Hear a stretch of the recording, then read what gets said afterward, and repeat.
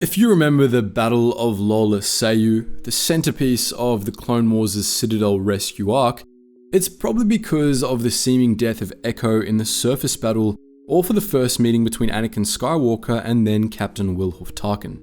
But there was also one of the show's more engaging space battles at its climax, which will be the subject of our video today. The Republic Navy's involvement in the Battle of Lola Sayu could have changed the course of the entire Clone Wars, or it might have had the war itself not been a Sith plot.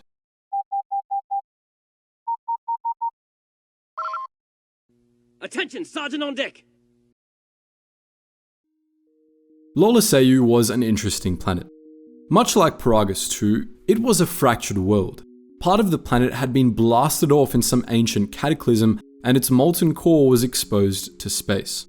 The nature of the cataclysm that created this unusual feature is unknown, but if Lola Sayu was anything like Peragus, its mantle probably contained some volatile substance that was blown up in a chain reaction at some point. The part of the planet that wasn't shattered was volcanic and strewn with sulfuric lakes, but it somehow had a nitrogen-oxygen atmosphere.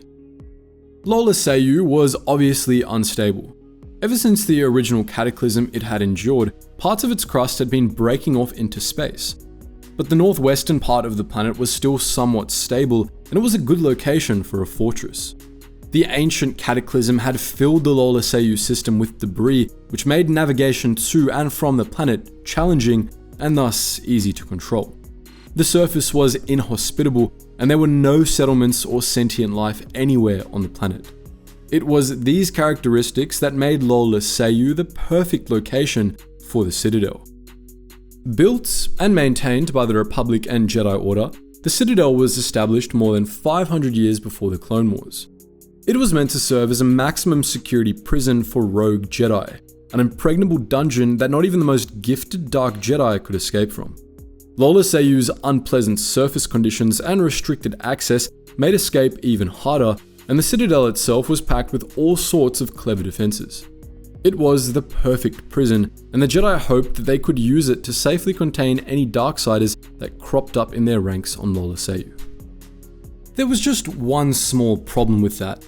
When the Clone Wars broke out, Lola Sayu, which was located in the Belderone sector of the Outer Rim, fell within Separatist space.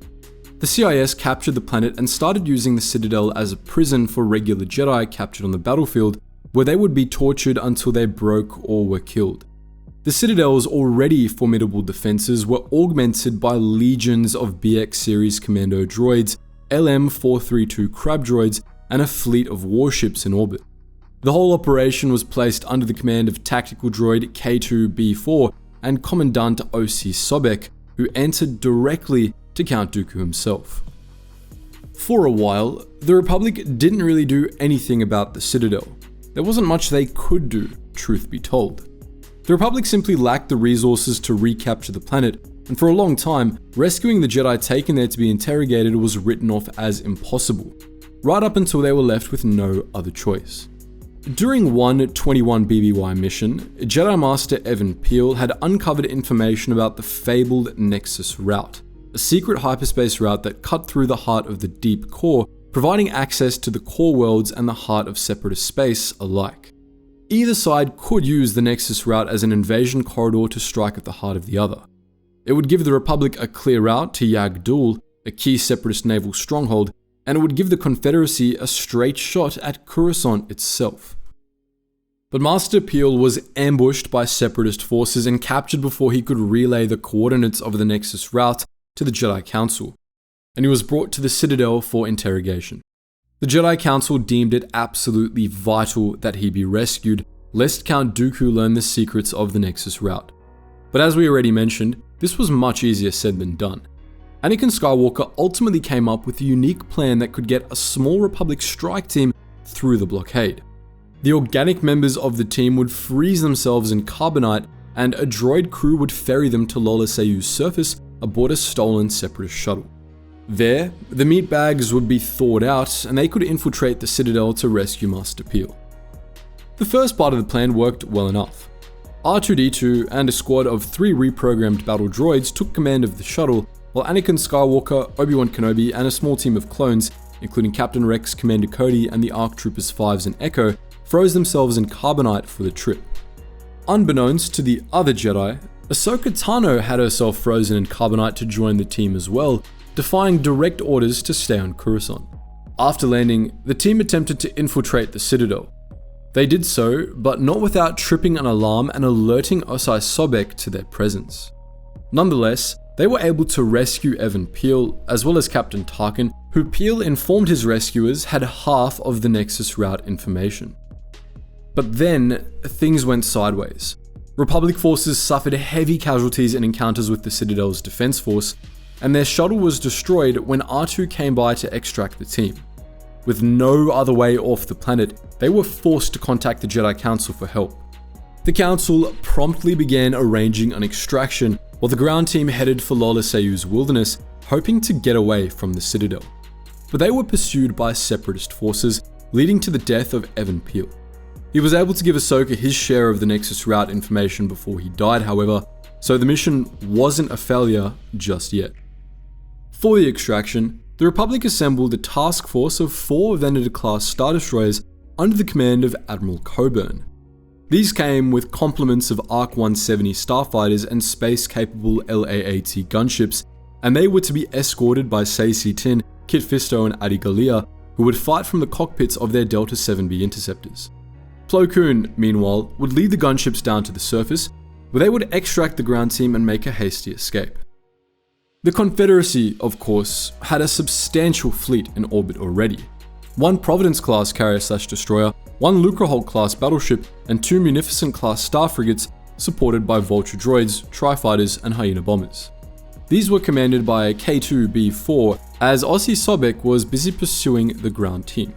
Sobek was ultimately killed by Ahsoka Tano during a battle at the planned extraction site, leaving command of the naval battle to the tactical droid. The extraction team's plan was simple. The fleet would come out of hyperspace, blitz the defense fleet, and the gunships would take the opportunity to fly out and make the extraction. This proceeded pretty much exactly as planned. With the element of surprise, Admiral Coburn was able to punch a hole in the blockade, which the Jedi widened with a starfighter assault. Plo Koon's gunships poured into the breach, flying down to the surface and successfully extracting what remained of the ground team. But the Republic suffered heavy casualties in the process. Many ARC-170s were lost, and Hyena bombers did considerable damage to several of Admiral Coburn's Star Destroyers. However, Republic forces were able to hold the line long enough for the gunships to fly back through the blockade and dock with Coburn's flagship. Once they were aboard, all Republic forces fled back to Loyalist space. Technically, this means the battle was a separatist victory, but in the grand scheme of things, the opposite was true. Even though Evan Peel was lost and things didn't quite go to plan, some of the prisoners had been rescued, and the Republic now had the coordinates of the Nexus route. By all rights, this should have been a major turning point in the war, but it wasn't. Because while Ahsoka Tano gave her half of the Nexus route coordinates to the Jedi Council, Captain Tarkin gave his half exclusively to Chancellor Palpatine, and presumably, the Council eventually gave Palpatine their half as well. And Palpatine, as we all know, was playing both sides of the war, and he intended to keep it in perfect balance until he deemed the time was right. Ultimately, the Nexus route didn't see any use until the last days of the Clone Wars, and it was never used at all by Republic forces. Palpatine, as Darth Sidious, gave the coordinates the Jedi and clones had fought so hard to keep out of Separatist hands to General Grievous, who used the Nexus route to initiate the Battle of Coruscant. So that's the story of the Battle of Lola Sayu, a costly battle that ultimately meant absolutely nothing. But what do you think? Did you know that the Nexus route was how General Grievous attacked Coruscant? Let us know your thoughts in the comments section below, and as always guys, thank you so much for watching, and I hope to see you in the next video.